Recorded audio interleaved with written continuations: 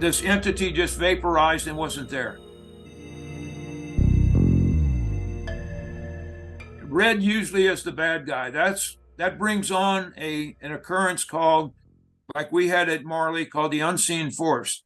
Now, the unseen force is just what it sounds like.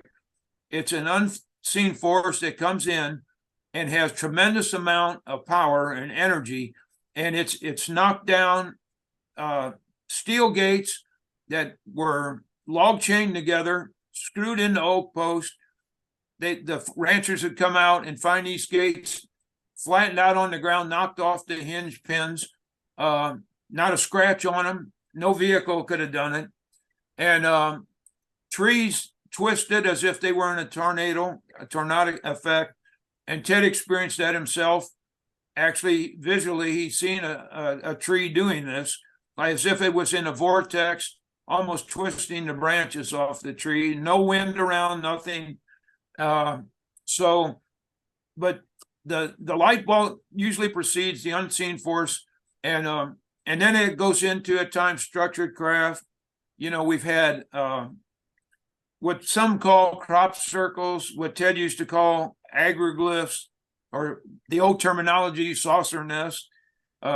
So, I mean, it's just, there's areas out there that there's more of it occurs more often than not, but that's not to say that we hadn't seen this stuff within the boundary property lines anywhere on the property. No actual cycle that's been determined with it as to, if there's a repetition of time, in between events or. No, at times through the years, it would be more prevalent in the fall and the spring than any other time of the year. But that doesn't even always hold true from year to year. So there's no pattern you can really, and that drove Ted crazy too, because he would look for patterns and the such, and it just when you thought you had something, it would take, the intelligence would take it away from you. Did you ever try talking to this intelligence or getting any kind of information from it? Yeah, we did. And I will tell you that Ted had experience in the later years, actually, and it's not very well known, but Ted actually had a gentleman named Rodney Dillard, and he was out there with Ted one time at Site 2, when actually he had seen, after some light ball activity, Ted actually was approached by, it looked like a being made out of light that passed right through a 4-strand barbed wire fence and approached Ted. And just at the point of contact, they thought they were going to have a discussion or something like this. This entity just vaporized and wasn't there. Wow. And so, I mean, you name the type of occurrence. We've had such skinwalker-ish type events out there. We've had the property owner's caretaker out there on Site 1, and the property owner himself had seen this occurrence. There's a private little cemetery. The caretaker came home from town one night and seen a progression of hooded figures going down. Actually, he said that they looked like they were floating 6 to 7 inches off the ground in a line, a progression. And he takes out after these things, thinking he didn't know what they were, if they were somebody out there, satanic worship or whatever. And he yells at these things. And finally, he gets the attention of one of them on the end. And it took Ted like probably 3 weeks for the man to describe what he had seen, because he didn't want to even just tell Ted. It was so strange. But he said the one on the end turned around and faced him. And he told Ted, he said, it looked like it had the face of a wolf. Now, I don't have to tell you the similarities between Skinwalker and that. Was there any communication between them, or was it just the visual of the face? It was just a visual. And in fact, the property owner didn't want this known too off too many places, but the caretaker actually had a small caliber at that point gun, a 22, and which is not a large caliber handgun, but he actually fired at that one that turned and faced him, and fired several times, which he's a good shot. He said he should have hit it. It was absolutely no effect on this. And this progression of these entities just went off towards the cemetery, and then they more or less just vaporized again, as if they went into another dimension or crossed the boundary. And so, there again, how do you explain this? But the property owner himself had seen that once. What time of day? Do you know what time of day they saw this? Was it daylight or dark or? It was in the evening, yeah, and dark, yeah. Okay, both of them, yeah. But it goes on and on like that, and it's just, the similarities between that and when we worked, Ted actually we worked with Robert Bigelow, and we were forming a relationship there, and unfortunately it didn't work out. But they spent some time with us, and we performed some experiments out there, and this sounds boring as heck, but in the one cabin on site one, and they did this experiment. I will tell you, the Bigelow and his team at Skinwalker, before the people that have it now did it, but we had high-speed cameras, and we call this the trickster because at times the property owner built Ted, on Marley, a two-story structure for him to live in and stay. And that's where we spent our time when we weren't in the field. And at times car keys, things like that would disappear. You'd look for them, like poltergeist type activity. You'd find them in the strangest places. And in the old cabin out at the place on site one, this had a habit of happening quite a bit. So with high-speed cameras, and they did this at Skinwalker, I will say, they had high-speed cameras focused on objects like a deck of cards, a set of car keys, a set of marbles or kid child's marbles on the table with high-speed cameras. And these objects with cameras focused on them that were well capable of catching a bullet in flight, these objects would rearrange on the table from place to place and never be caught in motion. They would just end up like from A, B to C position and never be caught in motion.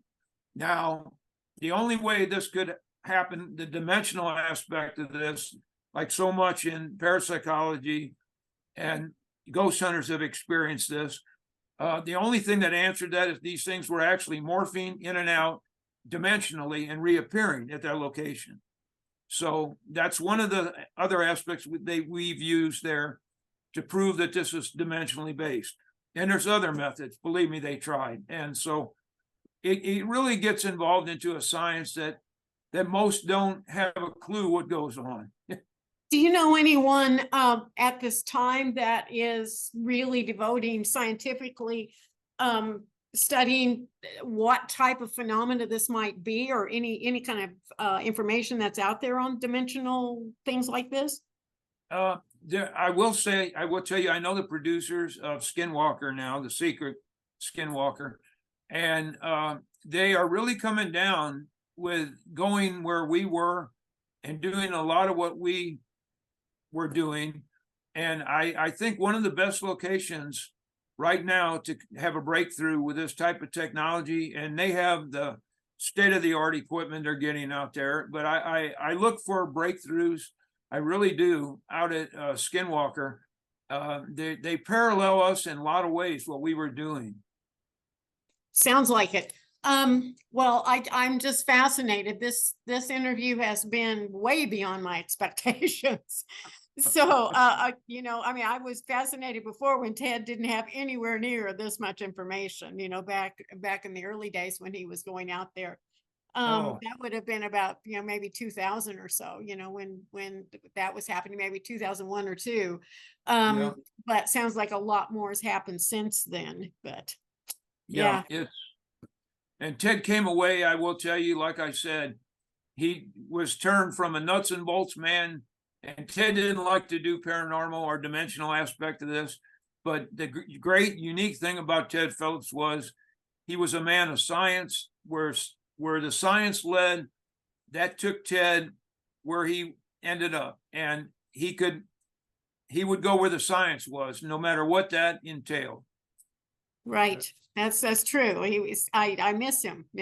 Great. Oh, I miss his calm and rational way of thinking through things. oh, Was he was, and I will tell you, when we did lectures, we traveled around the country, and Ted so wanted to be out in the field, but to help fund his research, we did lectures, we traveled around the country. And I will tell you though, even Stanton Freeman, when we appear with him, he'd even say, Ted's dry sense of humor, no one could captivate a crowd or hold an audience, like Ted Phillips could. that's When true. he was in his prime, he would just captivate. And that's not even going into the other project we had made plans with, and I'm still working on individuals, and Ben Hansen. Unfortunately, a war, but I'm sure you're familiar with the Moonshaft story. Yes.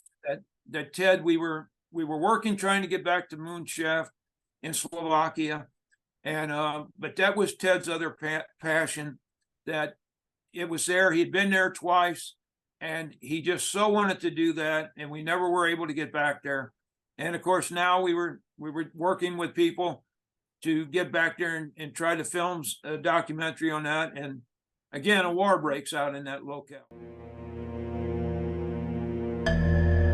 I grew up in a small community where there was a lot of activity.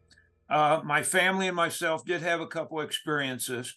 And I just interviewing witnesses when I was a teenager. I just thought I owed it to try to get some proper training. And actually, what happened, I called Walt Andrus on a Sunday afternoon, and I never thought I'd get through to him, but I did. And in the process of a 3-hour phone call, Walt made me a section director and introduced me to a very great gentleman, the first state director for MUFON, Bruce Whitteman, which we just lost last year.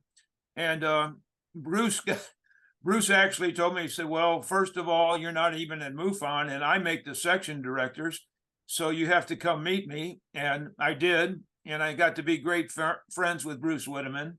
And he assigned me to a gentleman named Jim Cross, which was a retired Air Force captain from Korea.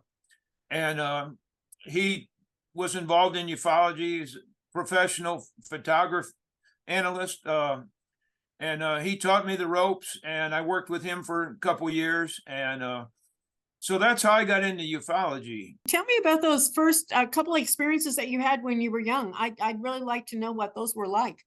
Yeah, and this is, being when you're a researcher and an investigator for MUFON, part of the training is you never interject your own experiences with the subject you're interviewing, and which is hard to do at times, and that goes as far as just nodding your head agreeing with them. But I did, as a young boy, I had an experience, very traumatic one, and at the time I didn't know what to think of it. I know absolutely what it was now, but on an evening I went to bed, and my bedroom window looked out over a field, and there was lightning. I thought, I got out of bed, woke up in the middle of the night, which was about 3 a.m., and that comes into play. But as I look out the window expecting to see lightning, I saw no lightning, no flashes anymore. And then as I'm looking out the window, and I went back later and just approximated the height of this entity. And as I'm looking out the window, walks right in front of me a side profile of what's known now, and people, it's more familiar now, as a reptilian. And I was face to face with this. I was kneeling on a cedar chest at the window. And as I'm looking at this thing at the side, it turns its head and looks me square in the eyes with big yellow almond-shaped eyes. And so that was a pretty traumatic experience. And I found myself the next morning, I my father was really kind of, I didn't understand his anger, but he woke up, I was out of bed and stepped on me. Actually, I was on the floor sleeping in my parents' bedroom. And he said, "What are you doing in here?" And the best way I could explain it at the time was I said, "Well, I just seen a dinosaur man outside my window." And of course, he didn't know what to think of it. But then other family experiences my mother and grandmother had. So I did have a history of that in my own family. And because I took it seriously, I live in a very small town. Other people would come to me. They knew I would take them seriously and tell me what had happened to them. So that's how I got into it.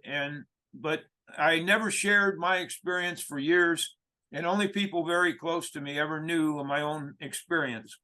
So, but that's where it comes from in my own background. And when I took my formal training in MUFON, in their journal, in their book, there are drawings and sketches of entities and alien forms in there. And one of them was a reptilian, a drawing, a sketch. And it really brought me back to that night, because that drawing is very similar to what I had seen that night. And that's the first time I externally had ever visualized that entity from that night. So it was a little documentation that there were others seeing what I saw. Right. And would you describe it as insect-like or more like snake-like? It was more reptilian. It was a head that I was a fan of dinosaurs back then, and I called it T-Rex man. Just was kind of my honest, what I visualized this thing as being close to. Was like the head of a T-Rex or reptilian. So it was very real. And, I'm going to be 68, and that's the most vivid memory I have. So do I think it was a dream or a nightmare? Or, I absolutely believe I've seen what I saw that night was outside my window. Now, what I learned, I will tell you, working with Ted Phillips and others, I can put a better label on what I believe I seen that night and what had occurred that night. But that all goes into part of Ted Phillips and others' research we did. Yes, well, let's get into a little bit of that. How did you meet Ted? I met Ted Phillips again through a good friend of mine, Bruce Whitteman, the state director for MUFON at the time. And Bruce put on some of the best MUFON conferences in the country back then, even better than LA back in the day. And any name in ufology was there. He gave most of the ufologists you see on television, Bruce probably had given them their first time before an audience. And I was working for Bruce. I met Bruce and we were doing conferences. And I met Ted Phillips at a conference Bruce put on in 1998. And then I actually got to work with Ted a little bit behind the scenes in 2000 conference. And that's the point. I knew I just listened to Ted's lectures and was just so captivated by all his knowledge and ability that I asked him one day, I said, man, and I was an electrician by trade and electrical engineer in some areas. And I offered Ted my services, not thinking in a million years he would pick me up on it. And he asked me to come out, see what I had. And it was a practical experience just working for him in the beginning, but we became close friends. And he brought me out to his primary location and research facility named Marley Woods, which he virtually spent the rest of his life at. And that's how I got to meet Ted and got to work with him. Tell me a little bit about that, Marley Woods. And first of all, I just want to say, I have the same admiration and respect that you have for Ted. He was such a practical researcher, so down to earth. You could believe anything the man had to say. He just had such an honesty about him. Just totally admired him. Just a great person. He was. And, he was born in Sedalia, Missouri on January 20th, 1942. And we lost him on March the 20th, 20. And but you know, Ted's interest peak started in ufology when his father worked at a radio station and introduced him, got him an interview with some World War II flyers that had reported the terminology you're familiar with, Foo Fighters, and got Ted an interview with a captain and his crew and two other captains actually that had seen these Foo Fighters. And, you know, like Ted said, man, it doesn't get any better than interviewing somebody of that stature. And Ted kept in contact with these people till they passed on. And you know, Ted himself was a civil engineer, and he had actually worked on the Vanguard tracking system and the Minuteman missile system.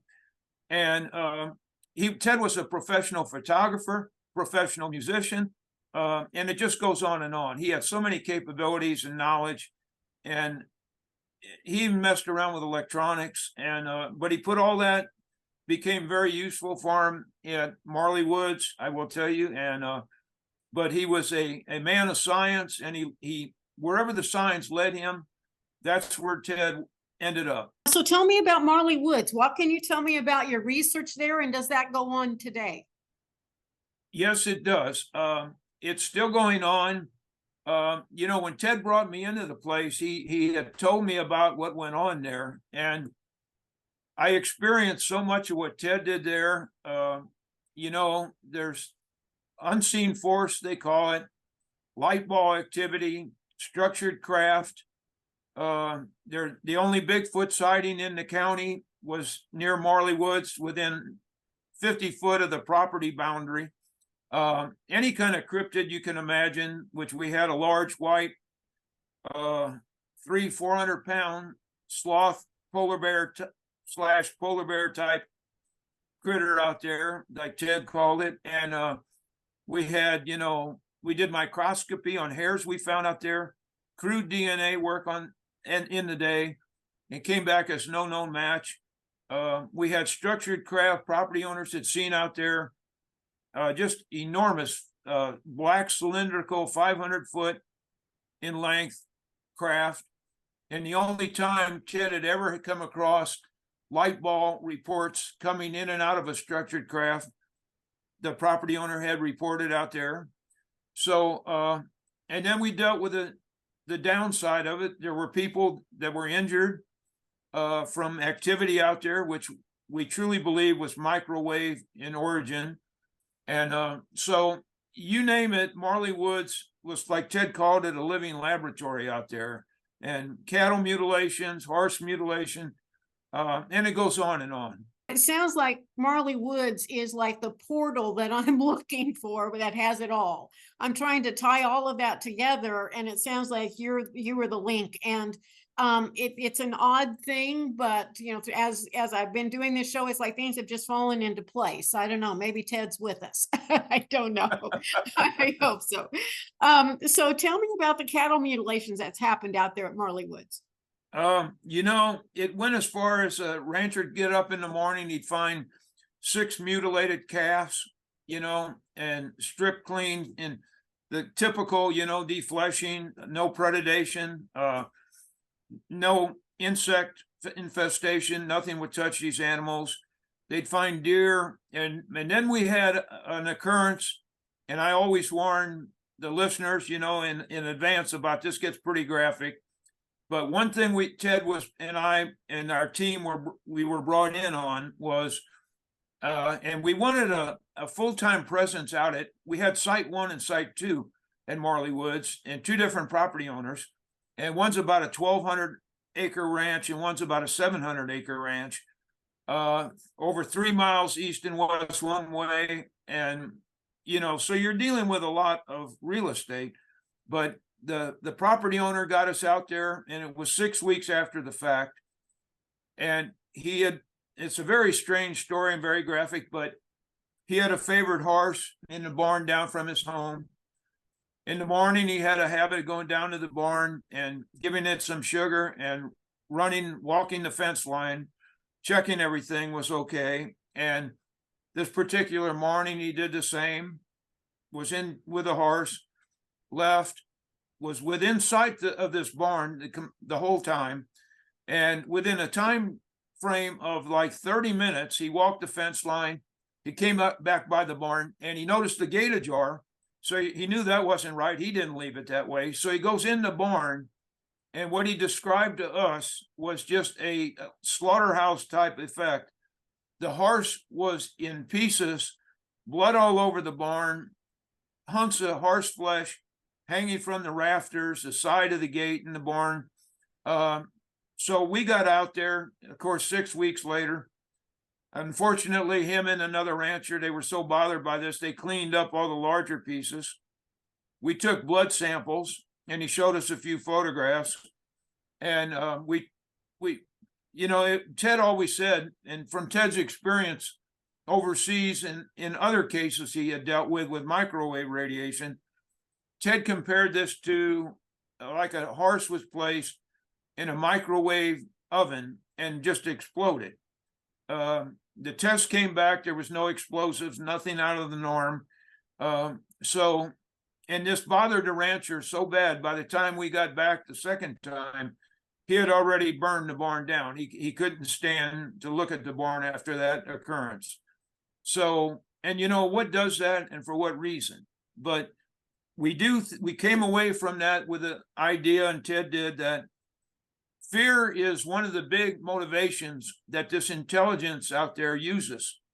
And we do believe that fear is a factor that we could see no other purpose that this was done except to instill fear in the rancher. And believe me, in the ranchers around there, this really was a big thing. And so, we never did find out how this occurred, but we do believe it's an intelligence out there that worked with us or worked on us. And as Ted thought, he said, rather than it was his living laboratory at times, he thought that we were actually in its laboratory and it was working on us. And I'll just say at this point, we had people out there working, and it was so great working with Ted, because I was brought in and worked with people like Dr. Jacques Vallée, Douglas Trumbull was out there, the special effects, Close Encounters and Brainstorm in 2001. So we had people like that out there at times together working with us. And the one thing that they always said, and they came away with, that this was all dimensionally based and frequency driven. And I will go with the people I worked with.